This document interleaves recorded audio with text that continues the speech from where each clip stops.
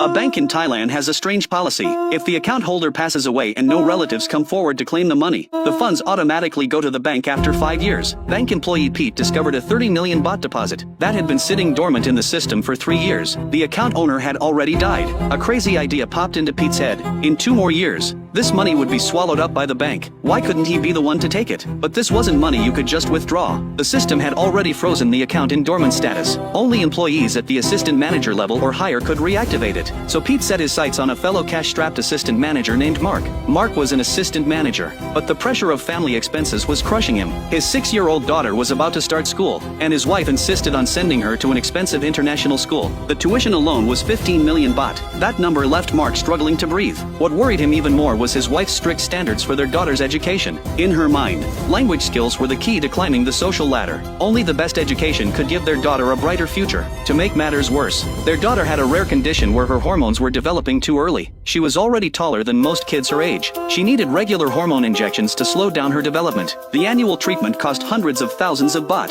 Under all this pressure, Mark felt like he was about to break. His wife, however, had no idea. Instead, she kept encouraging him to work harder, saying everything would be fine once he got promoted to manager. Mark could only smile bitterly. Getting promoted was basically impossible for him. Just keeping his current job was already a victory. That evening, as Mark was getting ready to pack up and leave, the manager suddenly walked over and handed him some loan documents to review. Mark didn't dare refuse. The manager logged into his own account, then turned and left the office. Mark stared at the screen for a few seconds. Feeling completely powerless, he took out his phone and called his wife, telling her to eat with their daughter and not wait for him. The moment he hung up, Pete burst into the room and offered to help Mark finish the work. Pete deliberately steered the conversation. He said Mark was such a dedicated worker, always the first to arrive and the last to leave. He'd given the bank the best 10 years of his life but never received the rewards he deserved. The manager position that should have been his was snatched away by someone parachuted in from outside. Mark could only smile bitterly at those words. At that moment, Pete opened a file in the manager's account and discovered the bank wasn't giving out bonuses this year. Mark warned him that it was confidential and told him to close it immediately, but Pete had already seen it. The bank's new AI system had rated Mark as unsatisfactory. Mark could hardly believe it. After all these years of hard work,